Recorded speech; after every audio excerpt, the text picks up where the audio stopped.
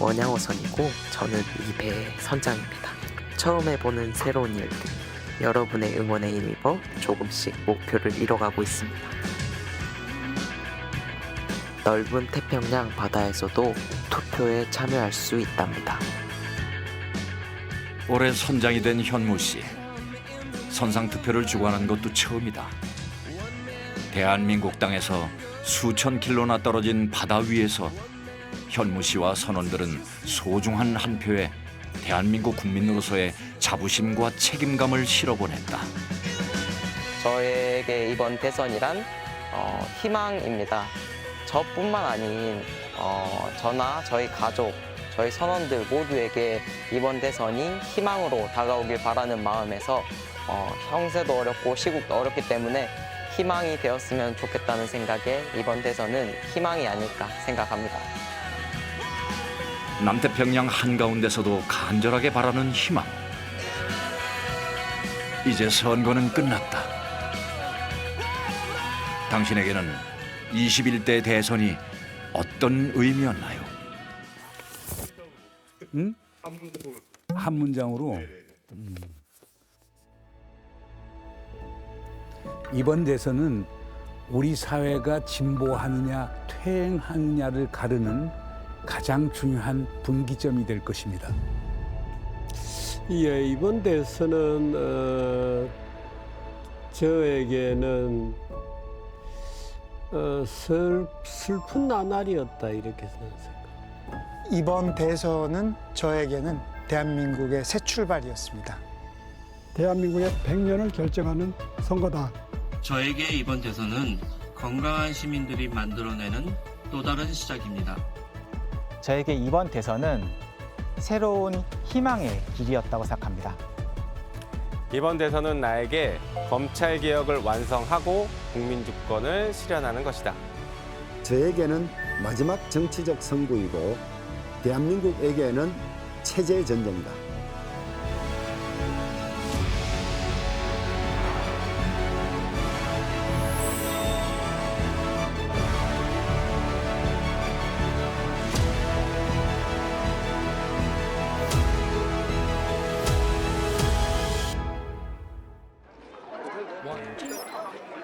전국 각지에서 참배객들이 봉하마을을 찾았다. 노무현 전 대통령 서거 16주기 추도식. 진보 진영 정치권 인사들도 집결했다.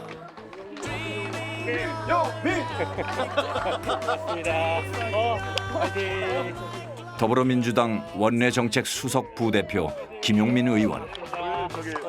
법사에서 잘하잖아. 법사에서. 법사에 우리가 하고 싶은 말을 다 했잖아요. 법조인 출신으로 법제사법위원회에서 사법개혁과 검찰개혁의 드라이브를 이끌며 주목받는 정치인이다.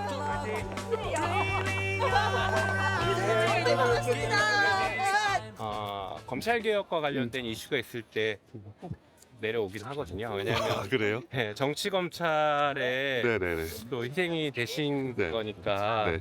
검찰 개혁을 해야겠다는 다짐을 늘 하면서 네네. 뭔가 좀 검찰 개혁을 어느 정도 이루어지거나 그렇죠. 성과를 좀 내거나 하면 꼭 보고 드리러 오고. 이번 대선은 그의 지난한 투쟁을 매듭짓는 중요한 승부가 될 것이었다.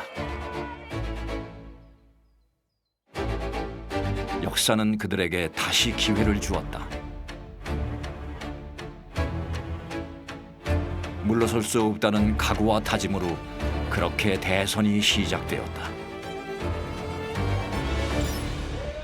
김용민 의원의 지역구인 경기도 남양주시. 안녕하십니까, 김용민 국회의원입니다. 기호 1번 이재명을 선택해 주시기 바랍니다.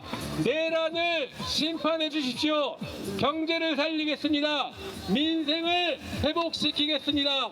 위기를 돌파해내겠습니다. 기호 1번 이재명을 선택해 주십시오. 반복하고 또 반복하는 핵심 메시지는 내란 심판 그리고 경제 회복이다. 네, 고마워요. 내란을 끝내겠습니다. 경제를 살려내겠습니다. 위대한 대한민국을 만들겠습니다. 진짜 대한민국을 만들겠습니다.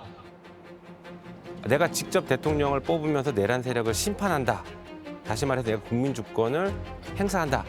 라는 그런 인식이 역대 어느 대통령 선거보다 높다라고 평가할 수 있습니다. 그래서 국민 주권이 시대 정신이고 이거 관통하는 선거로서 국민 주권을 온전하게 실현하는. 한편 보수의 텃밭이자 심장으로 불리는 대구 경북 이른바 TK 지역. 국민의힘 당내 최다선이자 국회 부의장인 주호영 의원이 선거 유세의 선봉에 섰다. 오랜 정치 경력으로 유권자들과 친밀하고 지지층이 두텁다. 저희 팬클럽입니다. 팬클럽도 있어요? 팬클럽이에요. 판세가 많이 안 좋았죠. 국민의 동의를 받지 못한 계엄, 그다음에 그 이후에 여러 가지 탄핵을 둘러싼 대통령의 처신, 그다음에 우리가 후보를 뽑으면서 분열성을 보이고 TK가 흔들리고 있다는 불안함. 국민의힘은 이날 사법탄압 3건 장악 규탄 결의대회를 열었다. 중진 의원들은 물론 TK의 기초 광역의원과 선거운동원 300여 명이 참석한 대규모 선거 유세였다.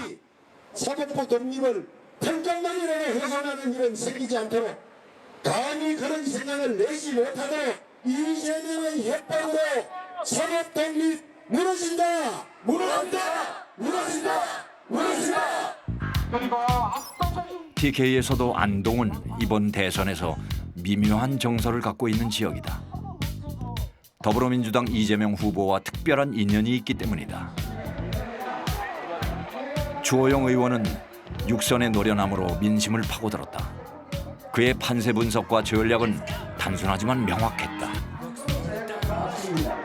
이재명 후보가 안동 사람이라고 맞아요. 그런 지역 감정으로 표를 뽑을까 봐 그것이 안동의 가치와는 다르고 잘못하면 부끄러운 운동이 된다. 그걸 이야기하려고 해요. 사람을 비교해봐라 이거 하고. 알겠습니다. 안동의 표심을 붙잡기 위한 총력전이 펼쳐졌다.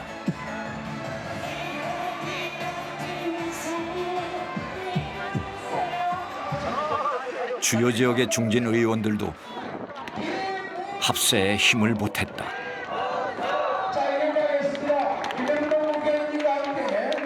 안동이 추구하는 양반에 딱 맞는 사람이야. 정신문화의 수고와 승리는 뭐를 중요시합니까? 절개를 중요시하고 도덕을 중요시하고 윤리를 중요시하죠. 안동에서 태어난 것 해서 안동 사람이니까 안동의 값어치를 지키고 안동을 빛낼 사람이 돼야 안동 사람이지요. 뿌리 깊은 보수 지지층의 결집이 보이는 듯했다.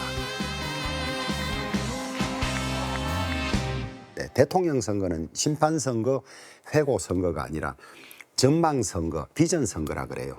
누가 됐을 때 나를 어떻게 이끌 것인지를 보기 때문에 이재명이 이끄는 대한민국, 김문수가 이끄는 대한민국 이걸 비교하면서 급격히 많이 줄어들었어요. 우리가 남이가라는 것들을 들고 나오는데 아마 이번 대선은 뭐 TK 그리고 PK 역대 보수 성향이 강했던 지역도 마찬가지로 12.3 비상계엄에 대한 한 번의 단절과 한 번의 평가는 해야 된다라는 공감대가 폭넓게 형성돼 있습니다.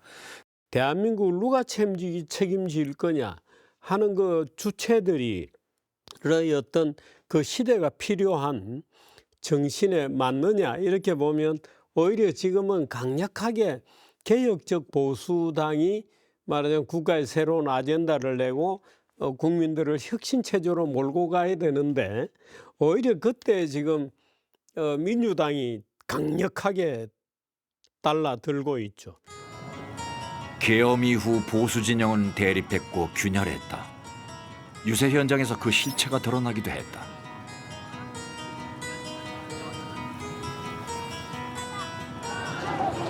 PK마저 이탈 조짐을 보인다는 분석이 나오던 와중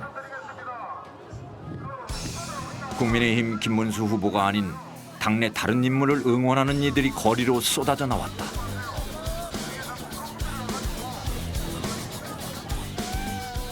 한동훈 전 대표가 광안리에서 첫 지지 유세를 시작한 날이었다.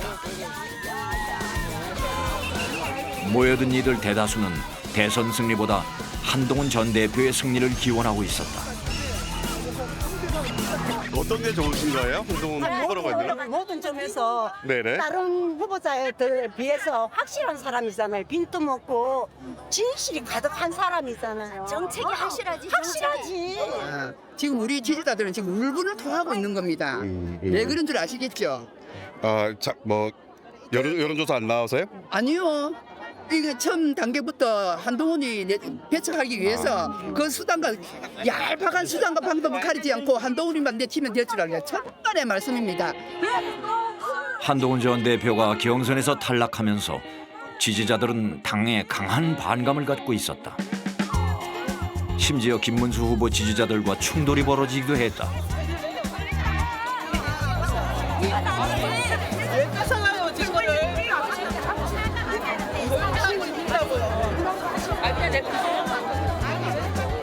전 대표의 지지 유세 첫날에 당 공식 후보의 지지자들이 오히려 밀려나고 있는 현장. 이곳에서만큼은 누가 국민의힘 후보인지 헛갈렸다. 저는 사실 솔직히 말하면 여기 나오지 않으려 했습니다.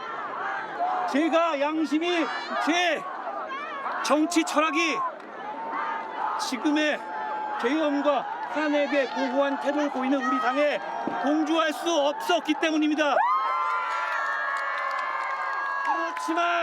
그렇지만 여러분, 그래도 나라를 망하게 두고 볼 수는 없는 일 아닙니까? 저를 믿으십시오. 그리고 여러분을 믿으십시오. 후보가 아닌 자신을 믿으라는 호소. 한동훈 전 대표와 친한동훈계 의원들은 대선 기간 내내 그들만의 세를 규합하고 그대로 나아갔다.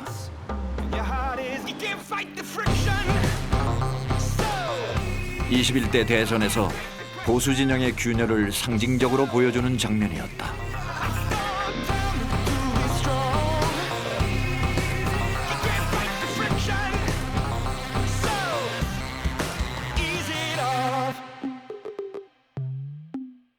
이제 보수 응집력이 약화된 것은 한 두서너 가지 원인을 꼽을 수 있는데요.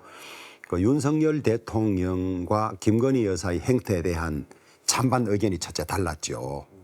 계엄령에 대해서 찬반이 갈라졌고 탄핵에 대해서 찬반이 갈라졌고 그것이 약간 극단화되면서 우리끼리 서로 비판하고 갈등하는 그런 상황이 됐었어요.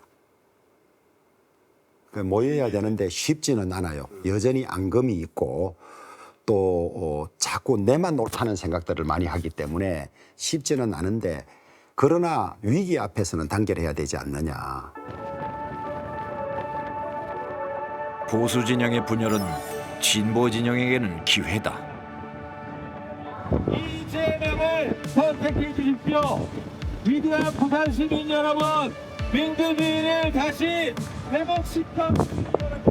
네, 부산 시민 여러분 안녕하십니까? 251번 이재명을 선택해 주십시오. 네, 김용민 국회의원입니다. 반갑습니다. 새로운 계획이 시작되고 안녕하세요. 반갑습니다. 화이팅! 네, 화이팅! 네, 전화로 보내주십시오. 팬입니다. 감사합니다. 열심히 하겠습니다.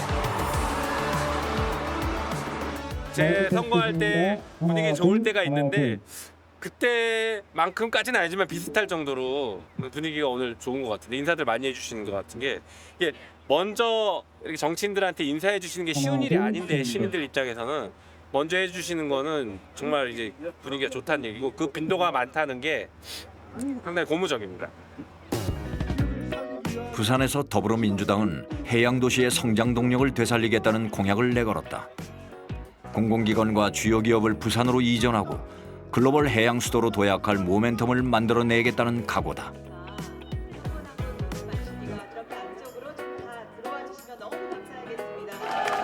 적극적 정책 공세에 반응도 뜨거웠다.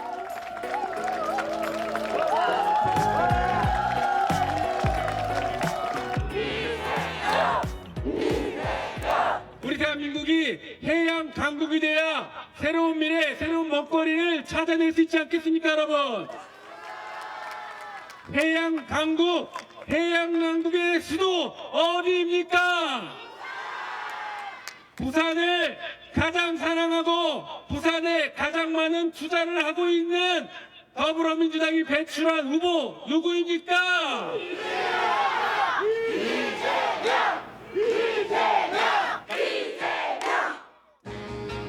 오늘 토론은 경제 분야. 과연 누가 우리 경제를 살리고 살림살이를 낫게 할 것인가. 대한민국의 경제 비전을 찾는 자리였습니다. 후보들은 오늘 두 번째 토론을 시작하자마자 상대를 강공하며 충돌했습니다. 사회를 통합할 해법도 상당히 달랐습니다. 지지자들이 방송국 앞에 집결했다.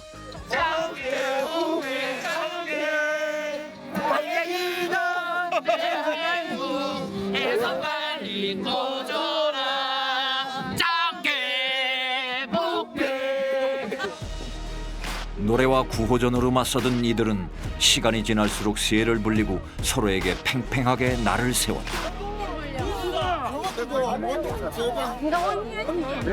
나도 문수다! 나도 문수다!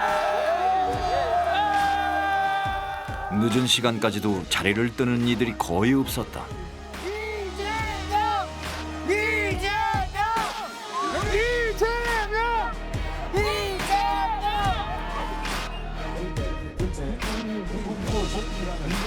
하염없이 내리는 빗 속에서도 각자의 간절한 염원은 꺾이지 않았다. 토론회는 정책 논쟁과 네거티브 공세가 교차했다. 지지자 사이 대립의 골도 깊어지고 있었다.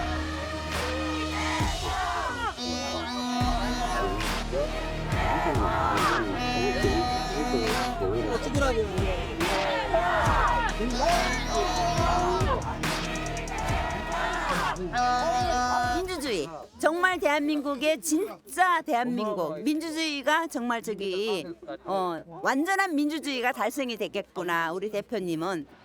가닥을 알아야지. 전체적인 가닥을 알아야 되는데 디테일한 걸 갖고 지금 막 말장난하고 있잖아요. 공격을 하잖아요. 그런데도 오늘 후보님은 여유 있게 다 대처하신 걸 보고 김문수 후보님은 파마팔수록 미담이 많이 나오는 후보 파파미입니다. 예. 선거 기간 동안 가장 뜨거웠던 이슈에 대해 두 의원의 이야기를 들어보자.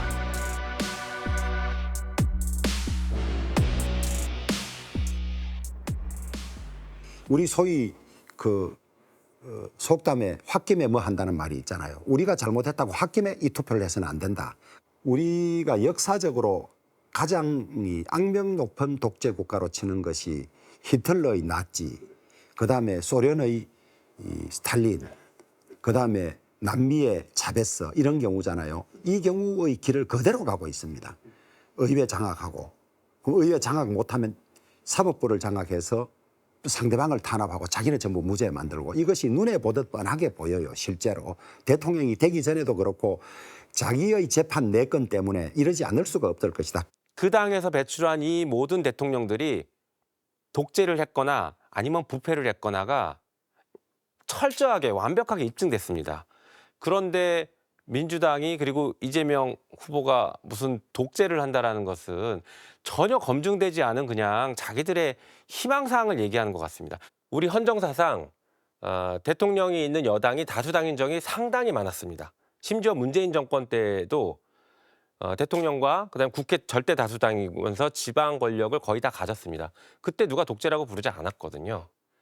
만약에 그런 극단적인 상황이 오면 용서하지 않을 겁니다. 건전하게 다시 바로잡을 수 있다라고 보고 있어요. 우리가 선거 때마다 이번 선거가 나라의 명운을 가르는 선거다 이렇게 말은 해왔습니다만은 또 대통령 한 분이 사실 그런 걸 할 수 있으니까 틀린 말은 아니었죠.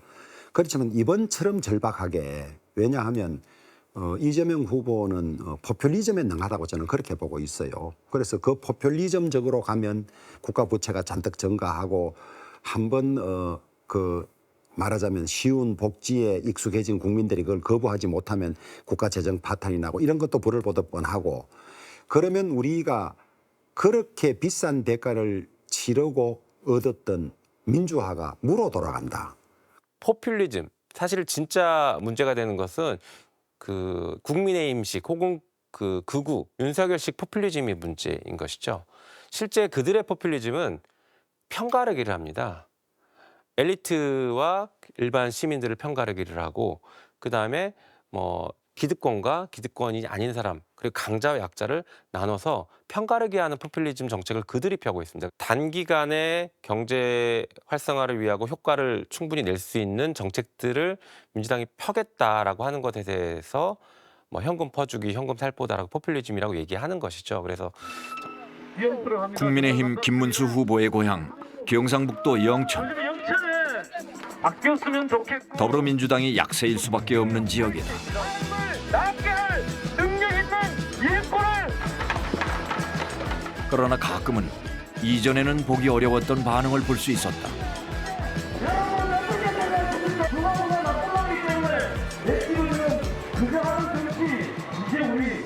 갑자기 좋아하게 되었어요. 우리 그냥 남 모른 척 가만히 있을 요즘은 겁니까? 분위기가 좀 바뀌는 건가요? 아니면 그때는 경북의 아들 이재명 일 잘하면 하고 발전시켜라. 일 못하면 받지. 산업화의 심장처럼 다시 한번 대구 경북 발전시키려 요구하실 거죠? 아직까지는 후보의 역량으로 이제까지 좋아진 우리 운동은 아직까지 힘이 좀 딸린다고 봐요. 아직까지 뚜껑을 열어봐야 알겠네요. 결과적으로는. 예. 하여튼 선거는 열어봐야 합니다. 그렇죠. 혼신의 힘을 쏟아낸 더불어민주당이 지나간 자리, 국민의힘이 들어왔다.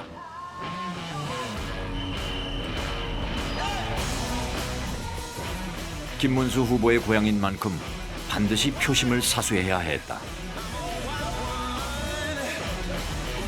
파주에 LG 산단 정부 만들었어요. 수원에 광교 신도시 만들었어요. 영천 사람이 대통령 후보로 나왔는데 대통령 못 만들면 영천 사람 바보들이야, 바보. 선거는 찍었을 때 우리 동네 나에게 가장 도움을 줄 수 있는 사람이 누군지 보는 거죠. 맞죠? 그는 오랜 선거 경험으로 이 지역 유권자들이 무엇을 원하는지 제대로 알고 파고들었다. 비워서 우리 자식들에게 빚을 물려주는 국가가 되느냐? 상대적 열세를 알고 있기에 더불어민주당은 포기하지 않고 경남권 곳곳에서 유세를 이어갔다. 시장을 방문한 김용민 의원. 반갑게 인사를 건네보지만 시민들의 반응은 엇갈렸다. 안녕하세요. 김용민 국회의원입니다. 반갑습니다. 이번 투표하면 이재명 한번 도와주신다 한번 들었습니다. 네. 안녕하십니까. 통화 중이시네요. 몇 봅니다. 오랜 세월 깊이 뿌리내린 보수 정서가 여전히 남아있다는 것을 느낄 수 있었다.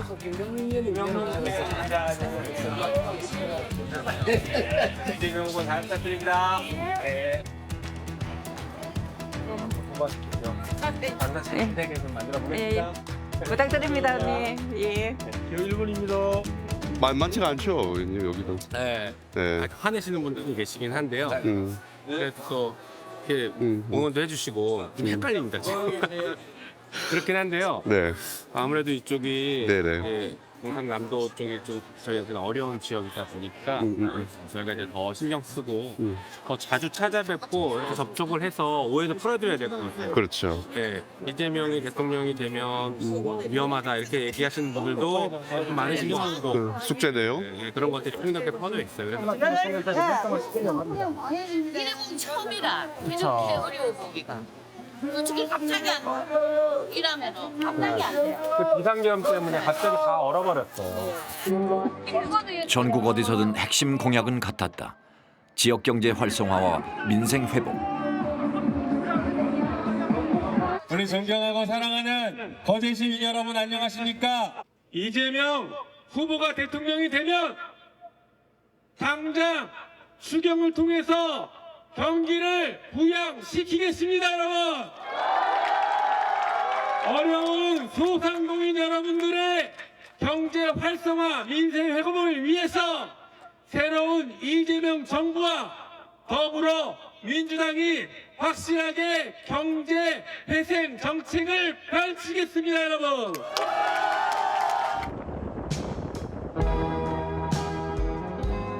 여기에 선거철에도 언제나 그렇듯 치열한 삶을 이어가는 한 20대 배달 노동자가 있다.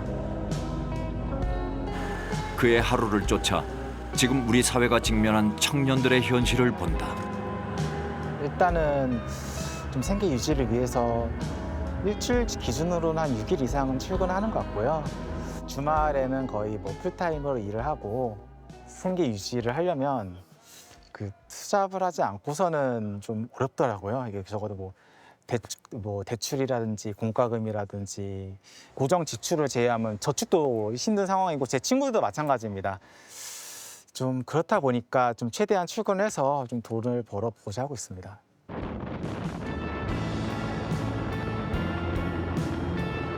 청년들이 가장 바라는 것이 일자리라는 대한민국.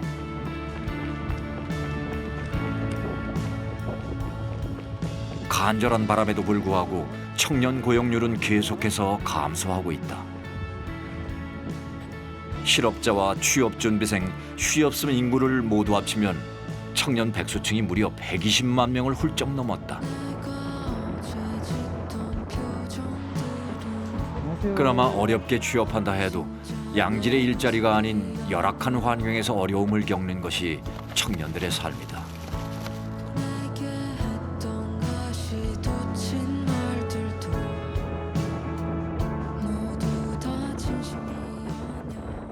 오랫동안 일할 수밖에 없고 오랫동안 일하면 이제 판단력도 흐려지고 또 이게 다 과로로 이루어지거든요.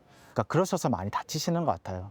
이제 안전운임제 도입을 통해서 최소한의 적정한 임금을 노동자에게 지급함으로써 이런 과로라든지 그런 부분을 줄일 수 있도록 제도가 마련이 되어야 한다고 생각하고요. 정말 우리 청년들이 먹고 살기 편안하고 차별 없고 모두가 평등하게 모두가 미래를 생각하고 이제 미래를 꿈꾸고 삶을 이뤄나갈 수 있는 세상이 오기를 바라봅니다.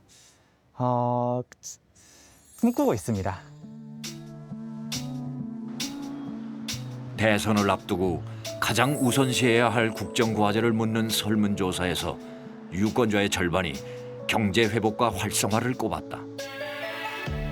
경제 성장률이 매달 하향 조정되는 우울한 전망을 보이는 현실에 새 정부의 희망을 걸어보는 것이다. 단기 부양을 넘어 중장기 성장 동력 확보를 위해서는 무엇보다 새 정부의 리더십이 중요하다. 너무 분배에 치우치는 거 아니야? 또 세금을 올리면 어떻게 하지? 시장 원리에 맞지 않게 그 정책을 또 하면 어떡하지? 이런 우려들이 좀 있었습니다만은 시혜적인 그런 정책, 정부가 뭐 금융 지원하고 뭐 재정 지원하고 해서 하는 그런 것보다는 생산성을 향상하고 경쟁력을 더 높임으로써 과실도 더 많이 가져가고 대전환이 일어날 때는 그냥 시장에만 맡기면 서로 엉키게 돼 있어요. 뭐 경제학적으로 얘기하면 이게 이제 조정의 실패다, 코디네이션 페일리어다 그러는데 그렇기 때문에 이럴 때는 정부가 중심에 서서 민간의 모든 그 정보와 지혜를 함께 모아서 그 기획을 하고 그것에 앞장서서 민간이 주도적으로 참여할 수 있도록 자리도 깔고 그런 또 위험 부담도 일정하게 도와주면서 끌고 나가야 되는 그런 부분이 있거든요. 그런데 이게 정부와 민간의 파트너십, 협력 관계가 여기서 굉장히 중요하다는 거죠. 대전환의 시대, 정부와 민간이 손발을 맞추며 준비해야 할 신산업은 무엇일까?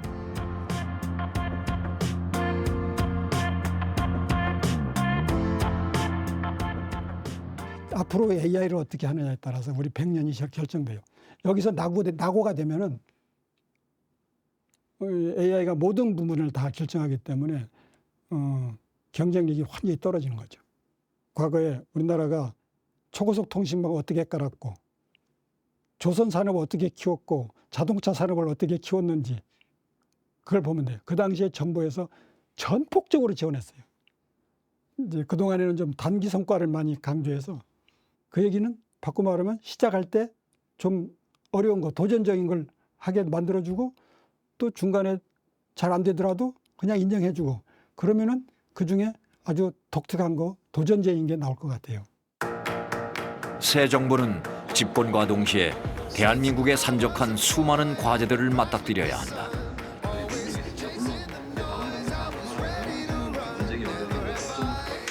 민생 현장을 누비며 선거 유세를 펼친 만큼 선거 이후의 행보에 대한 고민도 깊을 수밖에 없다. 좀 고민 과제고 이거는 너무 큰 과제이긴 하지만 다뤄야 될 과제이긴 하고 그래서 지금 현재 우리 법안 리스트들은 쫙 있어요. 누가 집권하느냐보다 중요한 것은 집권한 후 무엇을 할 것인가. 보수 정당이라고 불리는 국민의힘은 사실 극우로 갔습니다. 그래서 건전한 보수 영역, 건전한 보수를 지지하는 분들의 요구사항을 충족해주고 실현시켜줄 정치 세력이 지금 민주당밖에 남지 않았습니다. 그러면 민주당은 이 보수 영역과 중도 영역 그리고 진보 영역의 일정 부분까지 다 아우르는 그런 정치적인 책임을 부담하고 있는 정당이 되었다 이렇게 봅니다. 이번 대선에서는 경제 문제에 밀려 외교 안보 현안이 상대적으로 주목받지 못했다. 그러나 이 역시 미룰 수 없는 과제다. 제일 중요한 건 전쟁을 피하는 거겠죠. 전쟁을 피하려고 하면은 긴장을 완화해야 되고 남북한 간의 신뢰를 구축하는 작업, 또 그러려고 하면은 또 북한 핵 문제에 진전이 있어야 되겠고 이런 것들이 제일 중요한 것 아닐까요? 그러니까 자꾸 우리가 그 북한하고 뭐 군사적 충돌을 해서 전쟁을 할 자세가 돼 있다. 그리고 그 전쟁에서 승리하겠다라고 하는 게 지난 정부의 생각이었는데 그건 제가 볼 땐 잘못된 것 같아요. 과거와 같으면은 사실 우리는 북한의 위협만 관리하면 됐었어요. 그런데 지금은 미중 전략 경쟁이 한반도의 군사, 외교, 경제적인 문제까지 영향을 미치거든요. 그렇기 때문에 그러한 문제를 잘 대처하는 것이 신정부가 직면할 첫 번째 외교적 과제이자 도전이라고 생각해요. 트럼프 대통령 입장에서는 그럴 거예요. 뭐 한국이 방위비 분담 증가를 안 해? 증액을 안 하면은 관세 문제를 이 방위비 분담 협정하고 연결을 시키려고 그래요. 그래서 경제 문제와 안보 문제를 연결시키면서 미국이 얻어갈 수 있는 것을 최대한 얻어가겠다라고 하는 건데 글쎄요. 그게 한국 국민들에게는 설득이 잘 안 될 겁니다. 그리고 우리가 그걸 수용할 수 있는가 없는가도 봐야 되겠죠. 첫 번째는 나는 트럼프 대통령과 잘 지내겠다는 메시지를 내는 거죠. 그렇기 때문에 정상회담도 가급적 이른 시기에 하겠다는 메시지를 전하는 것도 중요하고 트럼프 대통령이 원하는 현안들을 그 한 테이블에 올려놓고 포괄적으로 협상하겠다. 이렇게 적극적으로 접근하는 모습을 보여주는 것이 트럼프 대통령과의 관계 개선에 상당히 좋을 거라고 생각해요. 보수적인 분들은 한미동맹은 절대적인 선으로 보는 거죠. 그리고 한미동맹에 조금이라도 차질이 있었을 때 한국 안보는 무너진다라고 하는 생각을 하는 사람도 있고 다른 한편은 미국의 할 말은 하면서 우리가 보다 더 큰 전략적 자율성을 갖고 한반도의 평화를 우리 스스로 만들어 나가야 된다라고 하는 진보적 시각 이 사이에 간극이 너무 지금 크죠. 뭐 대통령 선거나 총선 그때마다 이게 정쟁화가 되고 이런 것이 우리 사회의 그 양극화의 골을 더 깊게 만들고 있기 때문에 이 양극화를 극복하는 게 상당히 중요하다고 생각이 됩니다. 새 정부의 정책 아젠다가 10개가 있다면 그중에 8개는 추진하되 2개는 과거에서 이어받을 좋은 것은 없나 한번 찾아봐 달라. 그런데 지금까지 모든 정부를 돌이켜보면요. 과거에서 좋은 정책인데도 이름을 바꾼다거나 해서 무조건 새 정부의 새로운 정책 이미지를 내려는 그런 관행을 보여왔는데 그래서 저는 한 2개 정도는 세이브를 해라. 그리고 이어가는 모습을 보여라. 그럼 그 2가지는요. 어떻게 보면 된다면 대한민국의 핵심적인 안보 정책이 될 수 있고 현 정부나 신정부가 할 수 있으면 그 다음에 차기 정부도 그 정책은 이어갈 수 있다 그렇게 생각해요. 글로벌 위기 속에서 대한민국이 중심을 잡고 나아가기 위해 통합이 가장 중요하다는 것에 누구도 이견은 없을 것이다. 저는 이걸 권하고 싶어요. 새 대통령이 그 미국 같은 데서 많이 쓰는 표현인데 블루 리본 커미션이라고 해서 대통령 위원회를 만들어서 보수 진보를 같은 수로 해서 그 언론 보도나 무슨 홍보성 그런 배제하고 한 6개월이면 6개월 동안 아주 정말 심도 있게 그 협의를 하고 그래서 서로가 양보를 하면서 대한민국이 가야 할 길을 제시한다라고 하면은 그리고 대통령이 그것에 근거해서 외교안보 정책을 전개한다라고 하면은 지금 상태보다는 조금 더 나은 상태가 될 것 아니냐. 그간 선거 때마다 지역구도가 반복되었습니다만 저희 KBS가 여론조사를 해보니까 영남에서 변화 조짐이 보이고 있습니다. 국민의힘에는 비상등이 켜졌고 더불어민주당은 이 틈을 파고들고 있습니다. TK의 중심 대구. 주호영 의원은 6번이나 당선의 영광을 안겨준 정치적 고향 수성구를 찾았다. 어딜 가든 그를 알아보고 반기는 이들이 있어 열세인 대선을 치르면서도 그는 기가 사는 느낌이다. 지역구 오면 훨씬 힘나죠. 힘나고 많은 분들이 응원해 주시고 훨씬 힘납니다. 묘해요. 고향 갈 때 하고 지역구 올 때 힘이 나. 예. 사람은 어쩔 수 없는가 봐요. 고향과 마찬가지라는 지역구.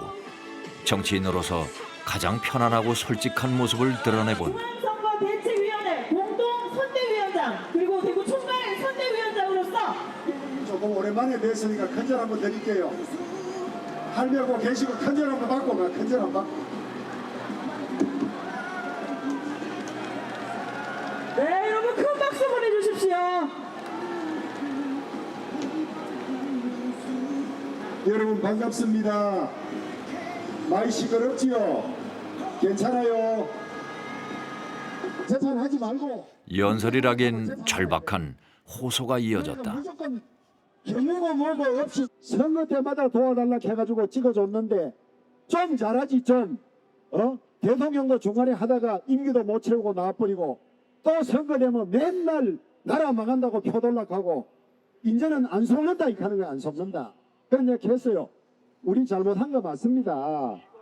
그런데 대구 경북에서 국민의힘을 이렇게 찍어줬기 때문에 대한민국이 유지가 됩니다. 여러분 알겠죠? 어느 학교고 기수학 운동선수들이가 화이팅 화이팅 화이팅. 그래 찍어가다가 자네들이 앞에 서면 같이 하나 찍어. 요 앞에 와. 앞에 와. 화이팅 화이팅. 꽉 써 그래. 치열한 유세전 속에 잠시 숨을 고르는 시간.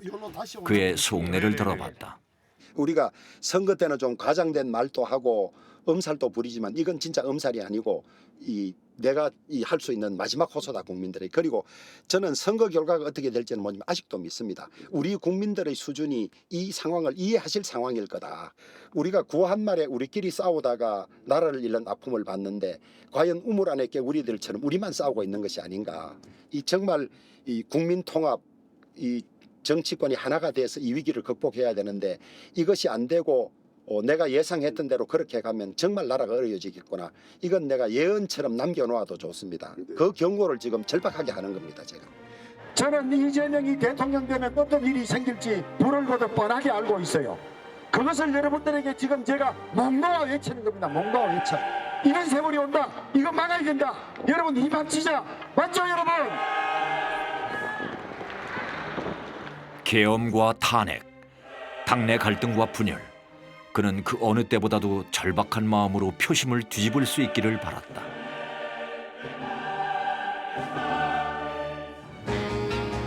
내일이 선거일이라면 누구에게 투표할 건지 물었습니다. 이재명 후보 49%, 김문수 후보 34%, 이준석 후보는 8%였습니다. 이재명 김문수 후보 격차는 15%포인트로 오차 범위 밖에서 이 후보가 앞섰습니다.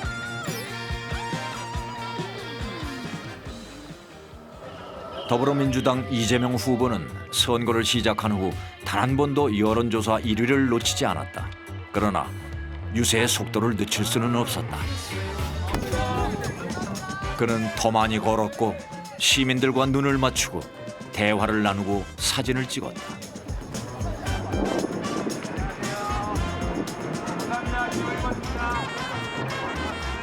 때로는 작은 변화의 분위기가 느껴지는 것 같았다.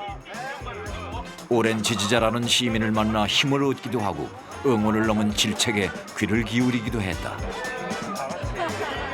좀 더 많이 해주세요. 저희 어머니가 민주당이 너무 안 한다고 걱정하셔요. 예. 열심히 하겠습니다. 화이팅! 열심히 하겠습니다. 우리 김영민 의원님. 네. 화이팅!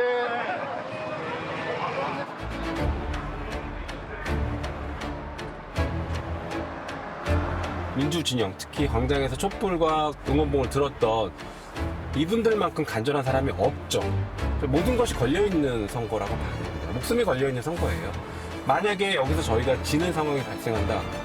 그러면 다시 내란 세력들이 전면에 다 등장할 것이고 지금도 내란 우두머리인 윤석열이 구속이 안 돼서 돌아다니고 있지 않습니까?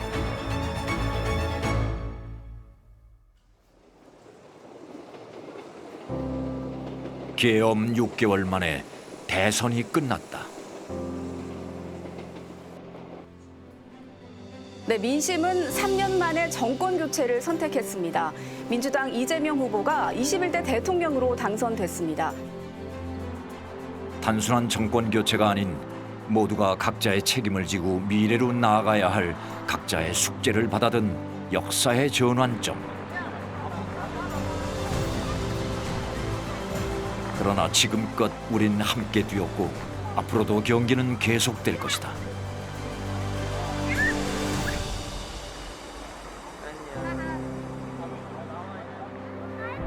이재명 후보는 당선과 동시에 대통령이 됐다. 그러나 승리를 기뻐할 겨를도 없이 차분한 긴장감이 맴돌았다. 지금 어디 가시는 길이신가요? 지금 네. 원내대책회의 때문에 본청으로 넘어가고 있어요. 그 기분은 들더라고요. 막 엄청 좋다라는 것보다 아 이제 끝났다. 이제 이 내란과 관련된 일들 끝나고 안전하다, 안심할 수 있겠구나라는 생각이 듭니다. 이재명 대통령, 이제 이미 대통령이 됐어요. 네네. 이재명 대통령의 과제는 명확합니다. 내란 종식, 경제 회복, 그리고 조금 더 구체적으로 하면 검찰 개혁.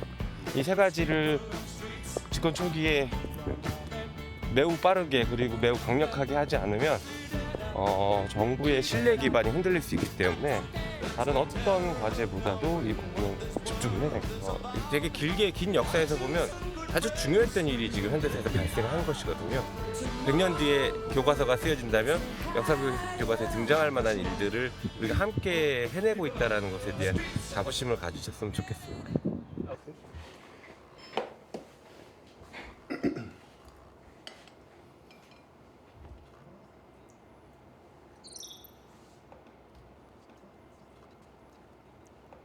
지금 한국의 보수는 보수란 이름을 붙이기가 부끄럽지요. 제가 생각하는 보수는 보수의 참된 가치를 지키는 보수가 진정한 보수다. 그의 보수의 참된 가치라는 것이 자유와 인권의 신장, 그다음에 노블리스 오블리제. 우리 사회를 보수의 가치로 지켜가는 것이 최대 다수의 최대 행복에 가장 도움이 된다는 것이 보수의 신념 체계입니다. 거기에 맞는 행동을 해야죠. 자기들이 하는 행태를 보수라고 하고 따라오라 하는 것은 안 됩니다. 그래서 저는 합리적인 보수가 나아갈 길은 따뜻한 보수, 공정과 상식을 지키는 보수, 타인의 자유와 인권을 지키고 자기 희생이 따르는 보수, 추상적이나마 이렇게 정의할 수 있겠습니다. 감사합니다. 하나, 둘, 셋. 감사합니다. 네, 고맙습니다. 즐거웠습니다. 감사합니다.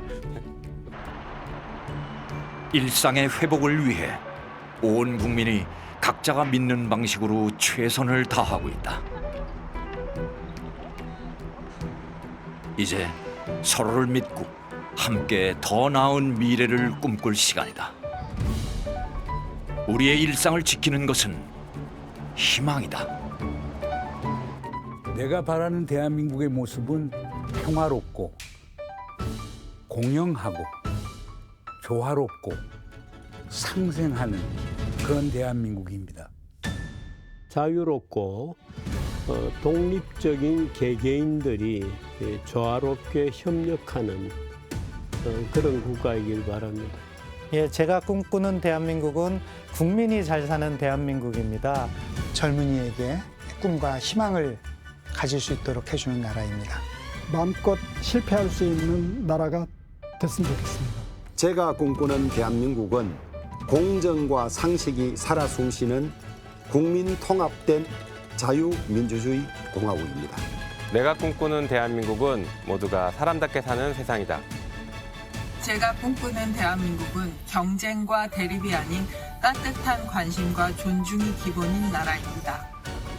내가 바라는 대한민국은 내란도 종식되고 그리고 차별과 혐오도 종식된 다시 만날 세계이다. 제가 바라는 대한민국은 모두가 차별받지 않고 평등하게 살아갈 수 있는 그런 나라입니다.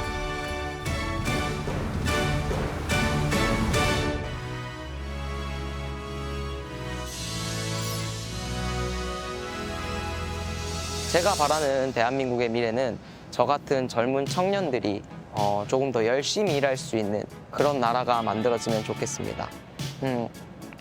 열심히 일할 수 있는 그런 기틀이 마련되고 일하는 청년들이 부당한 대우를 받지 않고 조금 더 좋은 환경에서 일을 할 수 있도록 하는 그런 정책이 많이 나왔으면 좋겠습니다.